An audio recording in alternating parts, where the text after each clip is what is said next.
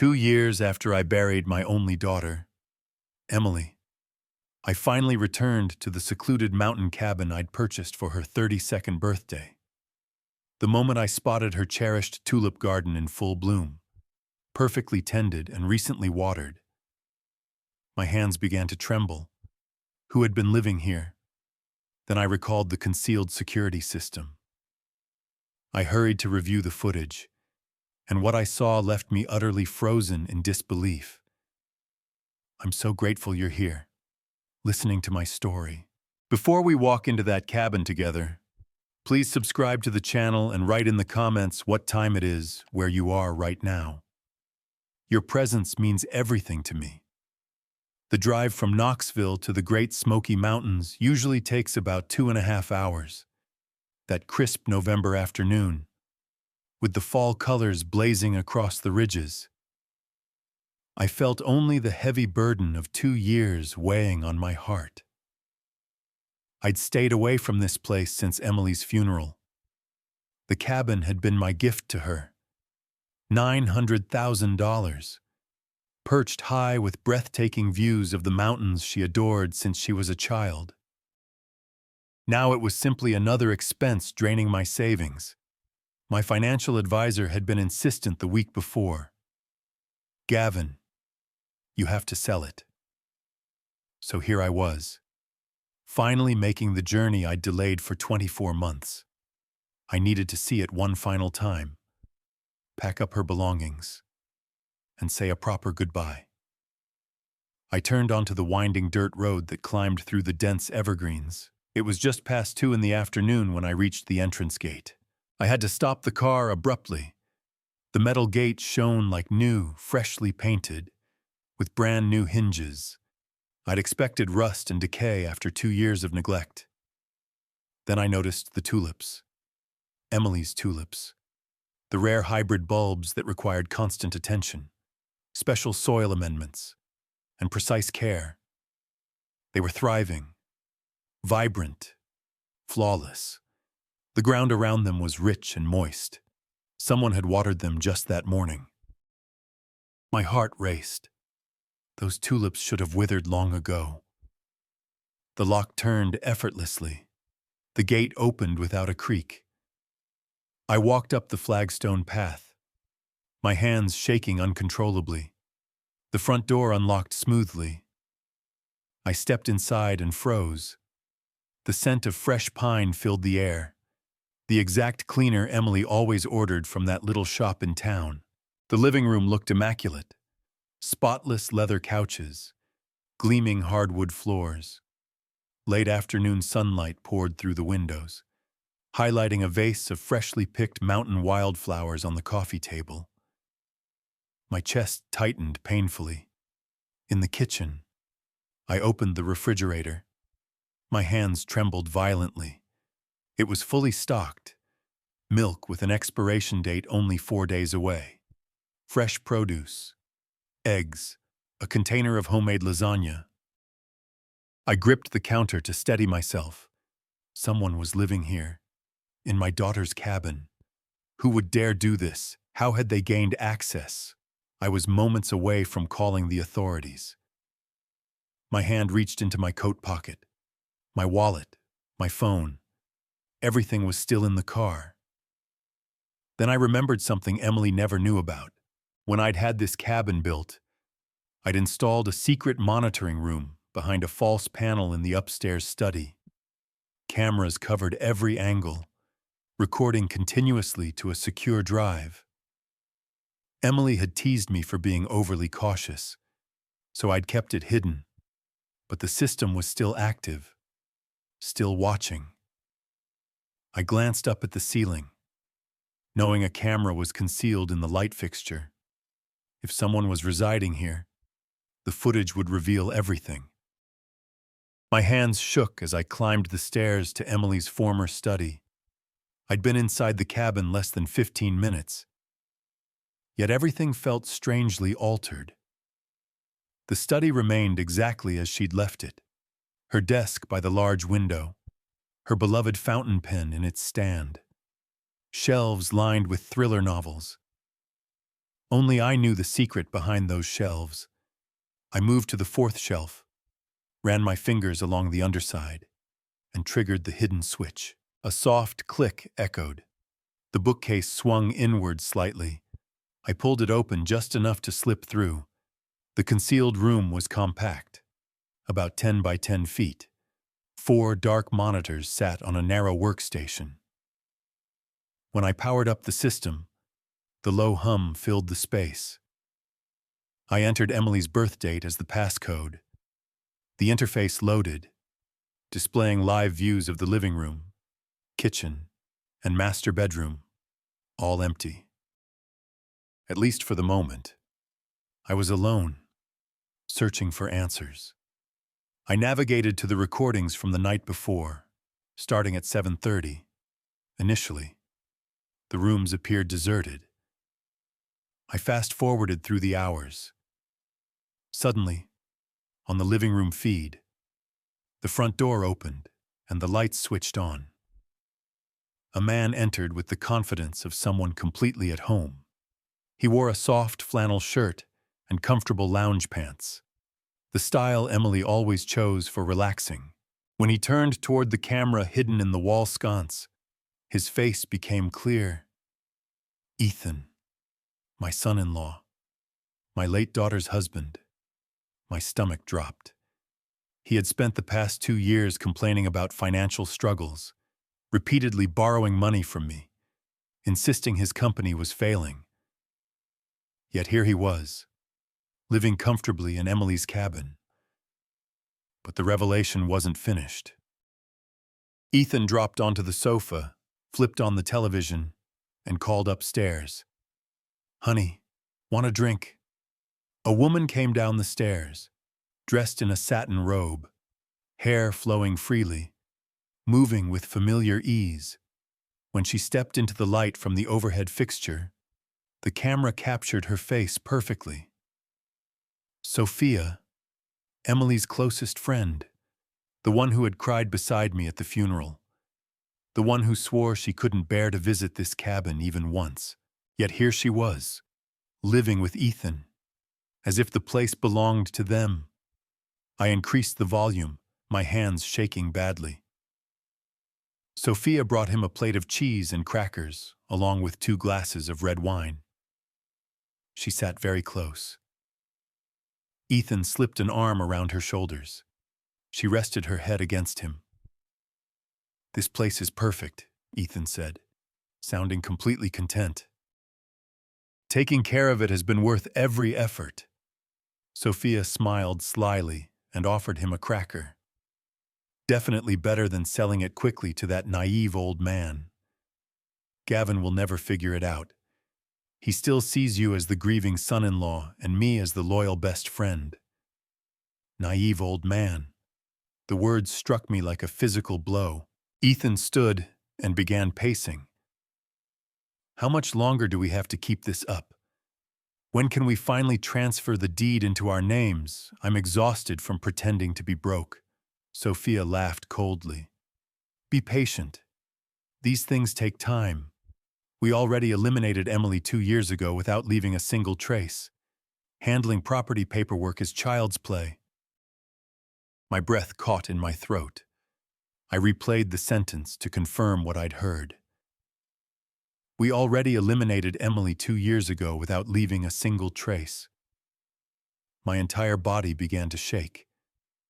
Emily's death had been officially ruled a sudden cardiac event.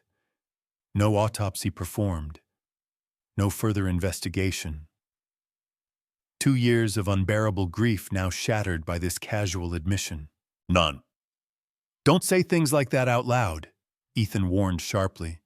"If anyone overhears, we're finished." "Who could possibly hear us?" Sophia scoffed. "This property is completely isolated.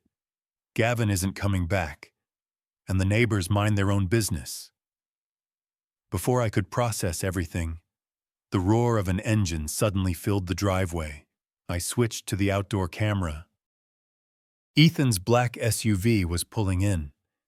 They were returning. Within moments, the situation shifted from shocking discovery to immediate danger. I checked the exterior feed again. Ethan's SUV parked beside my vehicle. He stepped out, noticed my car, and went rigid. "Whose truck is that?" he demanded, walking around it. "It's Gavin's. What on earth is he doing here?" Sophia climbed out, her face paling dramatically. "He told us he was visiting family in Chattanooga. Why would he show up now?" "I don't know, but he cannot find us here," Ethan hissed, pulling something from his pocket. "Search for him immediately." My pulse pounded in my ears. They had murdered Emily. If they discovered me, I would be next. Ethan was younger, stronger, and now cornered. I quickly powered down the monitors so no light escaped. Darkness enveloped the hidden room. Downstairs, the front door crashed open. "Gavin?" Ethan's voice boomed through the house. Heavy footsteps echoed across the floors.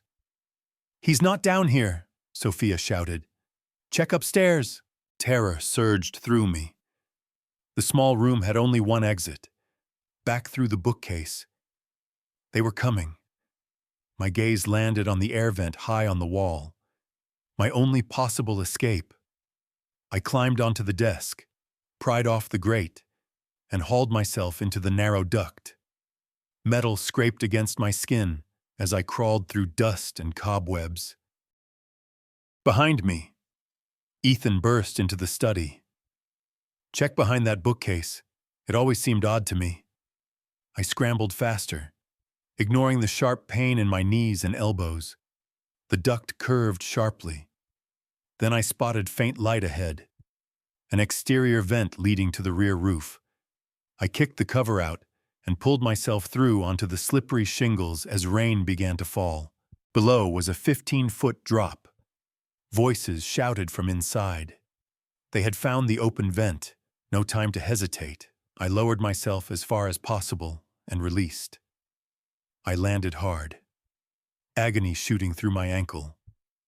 Biting back a cry, I limped toward the tulip garden, the only route to the back fence. Thorns ripped my clothing and skin, blood running down my arms. The tall wooden fence loomed ahead, 7 feet high. I leaped, grasped the top, and pulled myself over despite the searing pain in my ankle. I dropped to the other side onto the narrow mountain road. For a moment, I lay gasping in the pouring rain. Then Ethan's voice carried from the house. "He went over the fence, get the truck." I forced myself upright and started running down the winding highway. No plan, no phone, only raw fear pushing me forward. My wallet held $300 and a bank card. But my phone, keys, and laptop remained inside the cabin. All the evidence, too. The rain intensified, cold soaking through my clothes. Every step sent waves of pain through my injured ankle. Headlights suddenly appeared behind me. Ethan's truck. I dove into the thick brush, crouching behind a large oak as he raced past, searching. When his taillights disappeared around a bend, I returned to the road and continued downward. Time became meaningless. My lungs burned, my legs shook. Blood mixed with rain on the pavement. By the time faint lights emerged through the mist, it was almost 7:30. I had been moving for hours, drenched, wounded, terrified. And worst of all, I had abandoned every piece of proof. I limped along the mountain road for what seemed endless hours. Rain saturated my jacket, and dried blood from the thorns crusted my hands. It was nearly 9 when the glow of a small roadside cafe appeared through the fog. Inside, only a long-haul trucker sat at the counter beside an older waitress. She took one look at my condition and handed me a clean towel. "You okay, dear?" "My vehicle broke down higher up the mountain." I lied. "May I please use your phone?" She led me to the old wall phone near the kitchen. "Take all the time you need." With trembling fingers, I dialed Marcus, the only number I still knew by heart. We went back 45 years, business partners through thick and thin, shared joys and losses. If anyone would help without questions, it was him. He answered immediately. Gavin, Marcus, I need assistance urgently. Can you send me $4,000 tonight? He didn't pry. Western Union or direct transfer? Western Union. I'm near Gatlinburg. Give me 20 minutes.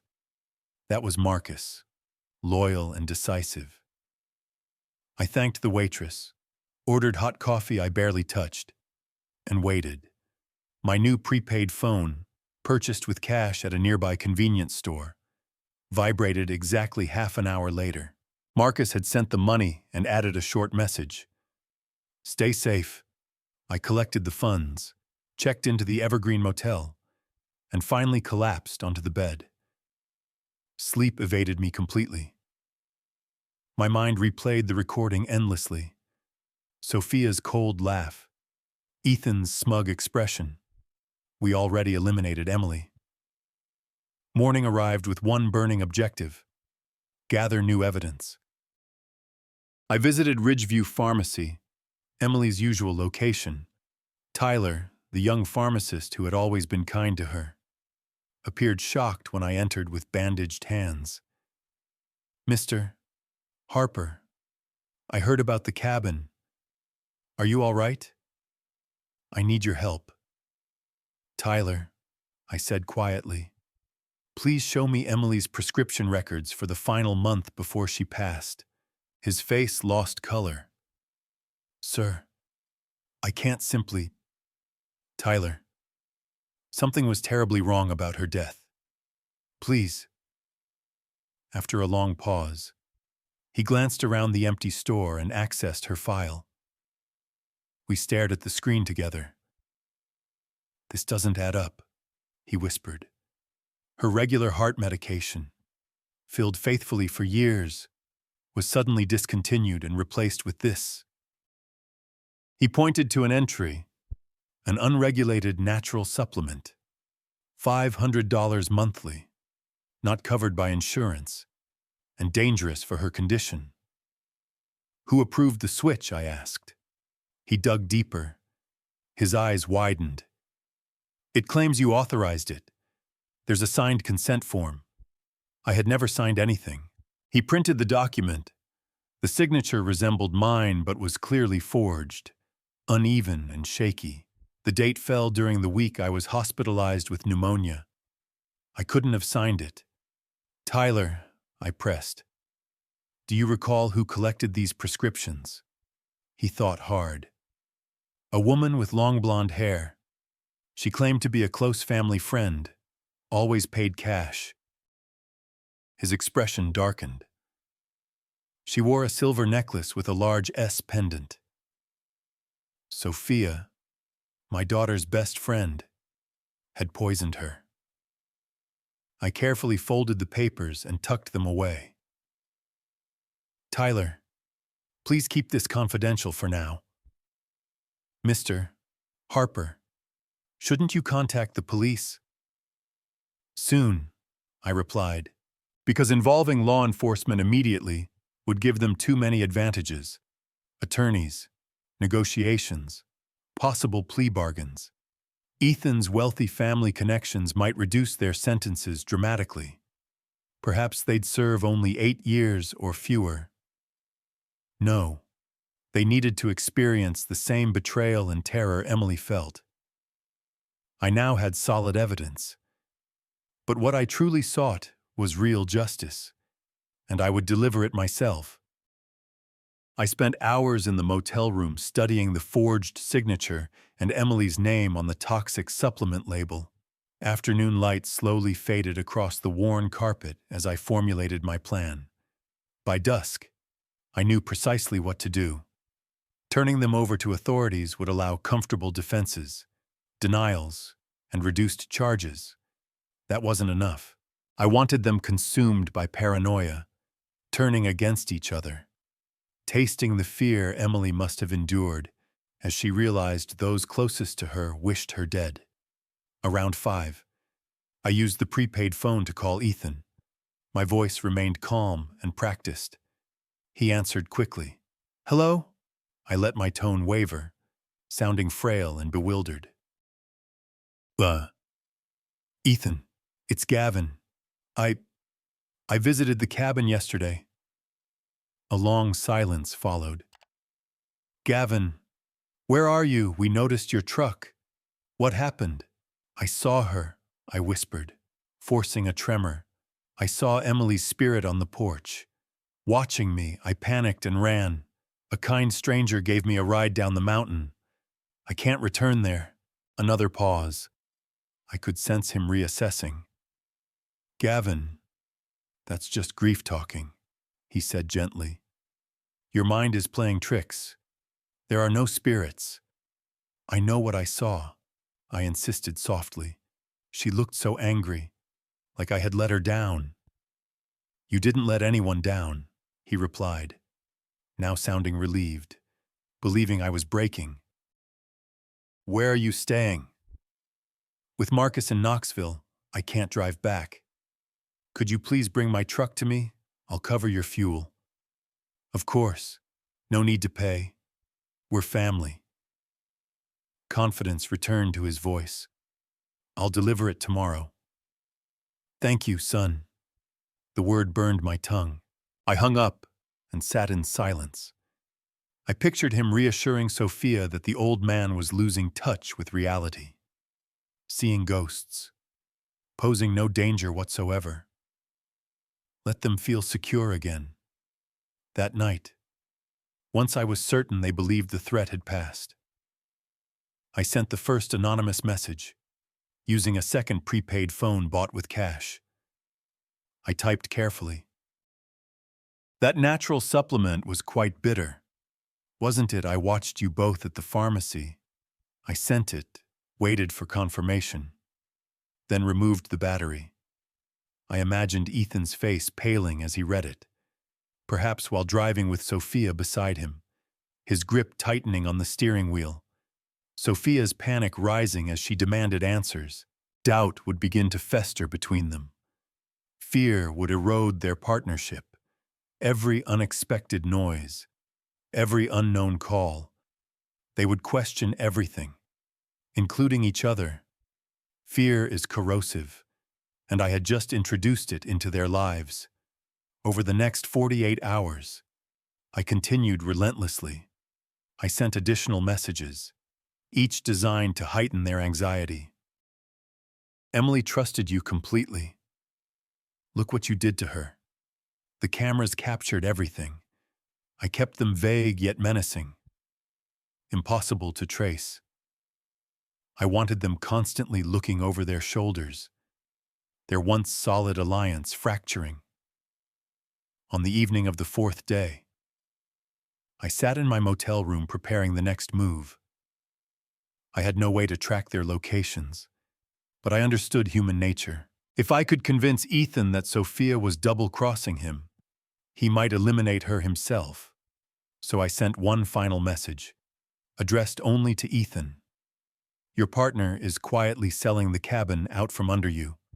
Abandoned barn off Highway 66 near Pigeon Forge. 11 a.m. tomorrow. Don't let her disappear with the profits." I sent it, powered off the phone, and removed the battery. It was entirely fabricated, but their crumbling trust would make it feel real. The following morning, my strategy exceeded expectations.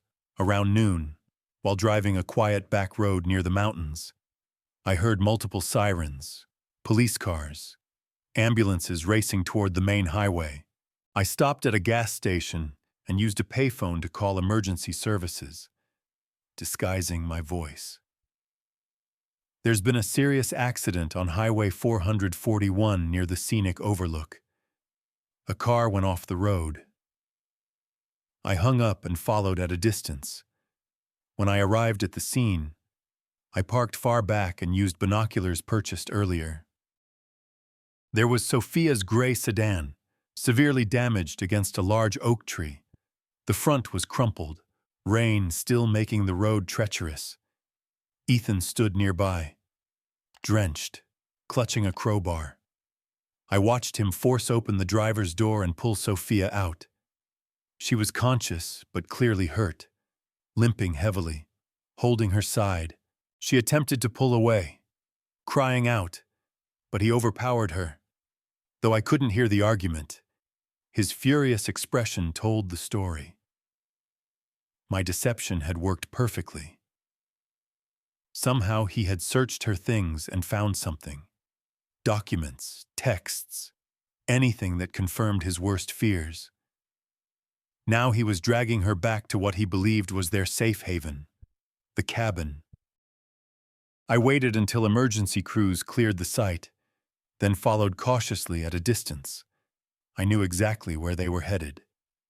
And this time I would arrive first. Years earlier, before Emily ever visited, I had hidden a spare key beneath a decorative rock near the back deck.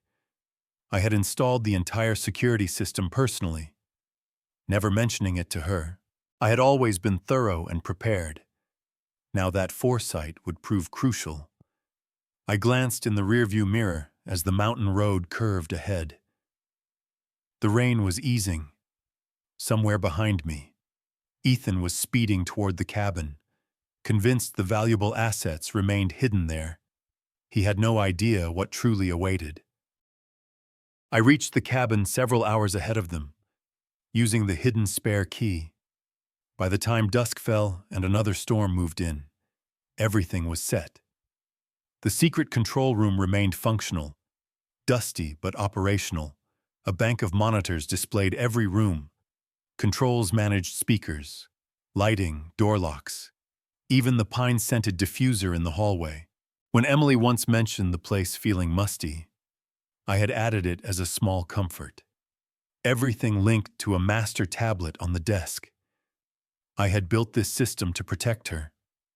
Now I would use it against those who took her life.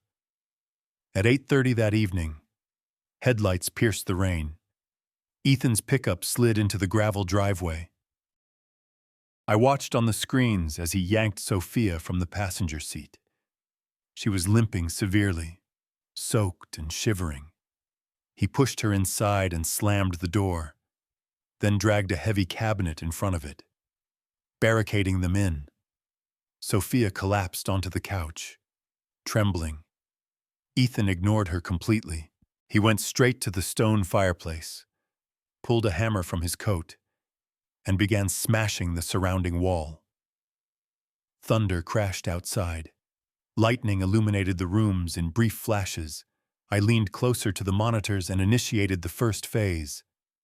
Darkness. Every light in the cabin extinguished instantly. Sophia screamed. Ethan fumbled for his phone flashlight. "It's only the storm knocking out power," he snapped, though his voice wavered. "Calm down." But I saw his hands shaking as he resumed hammering. Phase 2, music. I activated the upstairs speakers. A gentle piano piece began playing. Beethoven's Moonlight Sonata, Emily's favorite for quiet evenings. Ethan froze mid-swing. Sophia's head jerked upward. "Who started that?" she whispered, terror rising. "Ethan, we have to leave now." "Be quiet," he barked. "It's probably a timer or something. Just give me another minute." But doubt filled his tone. Phase 3. Scent. I triggered the hallway diffuser, releasing the familiar pine aroma Emily loved. Sophia leapt to her feet, eyes wide with panic. "That's her scent," she gasped. "That's Emily's cleaner. She's here. Ethan, her spirit is here." Ethan spun around, hammer raised defensively. "Ghosts don't exist," he insisted, but sweat poured down his face despite the chill. Phase 4, movement.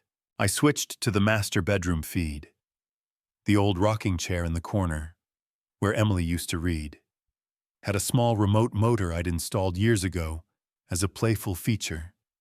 I activated it now. The chair began rocking slowly, rhythmically. as though occupied by an unseen presence.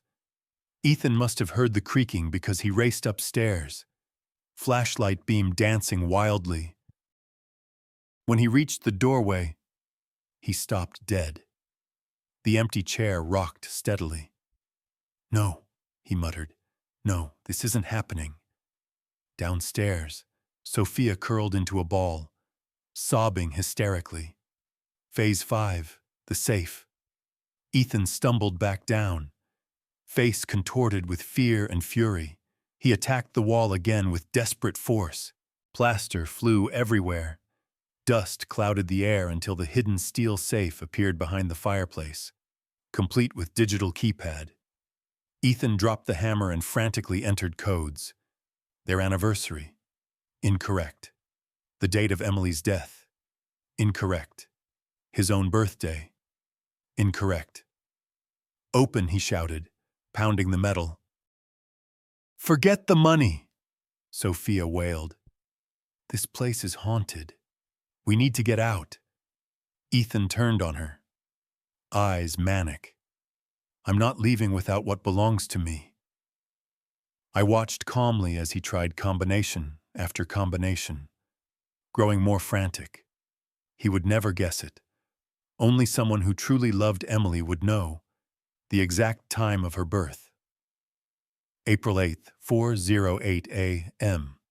The moment that changed my life forever. Finally, in blind desperation, Ethan entered Emily's birthday. The safe beeped and unlocked. "Yes!" he cried triumphantly. "Sophia, it's open." He swung the door wide, shining his light inside. The safe was empty except for one item, a tablet screen glowing softly. And on that screen was my face, live. "Well done, Ethan," I said calmly through the tablet speaker. "You managed to open it. Unfortunately, any valuables were transferred to secure accounts the day after you murdered my daughter." Ethan's expression twisted into pure rage. He seized the tablet and smashed it against the floor. "Show yourself, old man," he roared. "Come out and face me like a man." I stepped into view at the top of the stairs, bathed in emergency lighting. Ethan looked up, grabbed the crowbar, and charged upward. "You think you scare me?" he snarled. "You're just a frail old man, alone, with no help coming." I raised the master remote clearly. "I don't need help," I replied quietly. "You're going to destroy yourself." I pressed the final sequence. Thick white foam burst from ceiling vents. The advanced fire suppression system I'd installed years ago now flooding the entire cabin. Ethan staggered backward, coughing violently, eyes burning. He swung the crowbar blindly through the haze. My voice echoed calmly from every speaker. This system was designed to protect my family from intruders. I never imagined the intruder would be my own son-in-law. Through the foam, Ethan began shouting uncontrollably, not in pain, but in explosive anger. "You want the full truth, old man, fine, yes. I orchestrated everything. I instructed Sophia to replace those pills." My heart clenched, but I remained still. He continued ranting, words spilling out unchecked. Emily was nothing but a spoiled brat. She had everything handed to her. This $1 million cabin, the inheritance, all wasted. She didn't deserve any of it. And you, old man, you're next. I'll stage another accident, just like hers. I stood motionless, allowing every confession to pour out, every detail of their crime. When he finally paused, gasping, I directed his attention upward. Ethan looked at the ceiling. Tiny red lights glowed steadily on dozens of concealed cameras in fixtures and vents. "Those cameras aren't merely recording, Ethan," I said coldly. "For the past 20 minutes, They've been live streaming. Detective Morrison is watching. The district attorney is watching. Marcus is watching, along with 30 of Emily's closest friends and family. Ethan's face drained of color. The crowbar fell from his grasp with a loud clang. From below, Sophia wailed, "Ethan, what have you done?" Outside, sirens approached rapidly. Red and blue lights flashed through the windows, cutting through the foam. A bullhorn voice boomed. "This is the Sevier County Sheriff's Department. Exit the building with your hands raised." I pressed one last button. The front door unlocked with an audible click. Ethan tried to flee but collapsed on the stairs. Deputies stormed in, flashlights sweeping, radios crackling. They quickly cuffed him, reading his rights as he mumbled incoherently. Sophia was arrested downstairs, still crying hysterically. I walked to the window and watched them drag Ethan outside into the rain. He stumbled and fell face first into the mud of Emily's tulip garden, the garden he had maintained only to preserve his deception. Detective Morrison met my gaze through the glass and nodded solemnly. It was finished. 7 months later. I sat in the packed courtroom as the judge delivered the sentences. It was a chilly May morning when justice finally arrived. Friends, family, reporters filled the seats. Marcus sat beside me, hand on my shoulder for support. The judge, a seasoned woman with sharp eyes, looked down at the defendants without mercy. "Ethan Brooks," she announced firmly, "you are sentenced to life imprisonment without parole for premeditated murder, conspiracy, and multiple counts of fraud." Ethan's legs gave out. He nearly collapsed at the table before officers steadied him. The judge turned to Sophia. "Sophia Bennett, you are sentenced to 25 years in state prison for conspiracy to commit murder and accessory after the fact." Sophia broke down completely, sobbing apologies that rang hollow. I remained silent and dry-eyed, simply watching. Outside afterward, media swarmed. The case had captured national attention. Their faces were everywhere. Reputations ruined forever. But that brought me no satisfaction. 2 weeks post-trial, I visited Ethan in county jail. I stood before the glass divider. He sat in orange, eyes defeated, hands trembling. I said nothing. I simply placed my palm against the glass. A silent farewell. Not forgiveness, just finality. Then I turned and walked away without looking back. 4 months after the trial concluded, I stood again at the cabin's entrance. But everything felt transformed. A beautiful new sign hung above the gate, handcrafted and shining. Emily's Light Foundation, a sanctuary for women and children escaping abuse. I had spent those months renovating the entire property. Bedrooms became safe sleeping quarters. The great room became group therapy space. The kitchen hosted cooking workshops and shared meals. And the tulip garden, Emily's garden, became a healing space where children could plant, play, and find peace. On opening day, 6 women and 10 children moved in. Laughter filled the halls for the first time in years. Volunteers arranged furniture, prepared welcome meals, decorated with cheerful signs. I sat on a bench in the tulip garden, watching the children run joyfully among the blooms. A small girl, about 7, with bright red curls, approached shyly. "Mr. Harper," she said softly, offering a perfect pink tulip. "This is for you." I accepted the flower, emotion tightening my throat. "Thank you, sweetheart." She smiled and ran off to play. I sat there a long while, holding that tulip, feeling warmth I hadn't known in years. The sun shone gently, the sky clear and blue, and for the first time since losing Emily, peace settled over me. I looked upward and whispered, "Rest well, Emily. The cabin is pure again, just like your beautiful heart always was.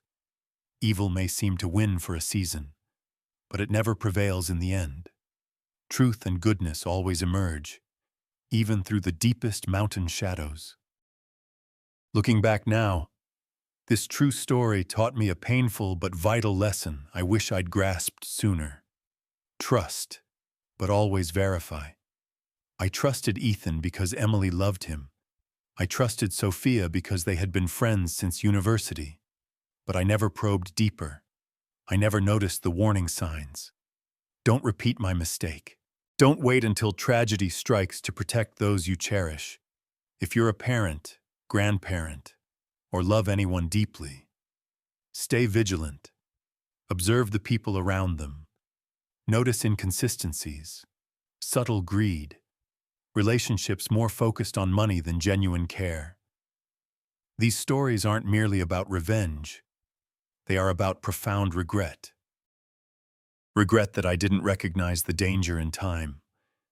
Regret that I couldn't save my daughter when I had the chance. Yet through the darkness, I learned something enduring. Evil doesn't have the final say. Strength came from somewhere greater when I had nothing left. Wisdom arrived to transform unimaginable loss into help for others. And hope emerged even in the deepest valley. Emily's Light Foundation now serves hundreds of women and children annually. That is her true legacy. Not betrayal or murder, but light and healing. So from one grieving father to anyone listening, love deeply, protect fiercely, and always trust your instincts.